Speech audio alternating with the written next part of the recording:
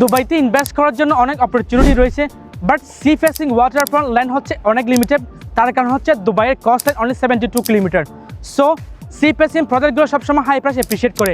যদি আমি পূর্বে সি ফেসিং প্রজেক্টগুলোর কথা বলতে কি অ্যাজ এ এক্সাম্পল হিসেবে ব্লু ওয়াটার, পাম জুমেরা, লামের, বুলগের আইল্যান্ড, যাদের স্টার্টিংয়ের মধ্যে পার স্কয়ার ফিট ছিল 2000 দিরহাম, বাট বর্তমানে আপনি ওই প্রজেক্টের মধ্যে 7 থেকে 10,000-এর নিচে পার স্কয়ার ফিট কোনো প্রজেক্ট পাবেন না।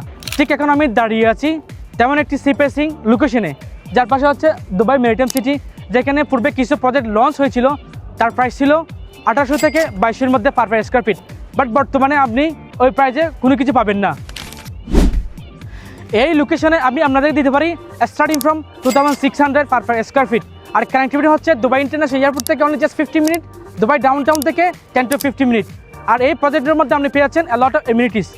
এই প্রজেক্ট নিয়ে বিস্তারিত জানার জন্য আমার সঙ্গে যোগাযোগ করুন।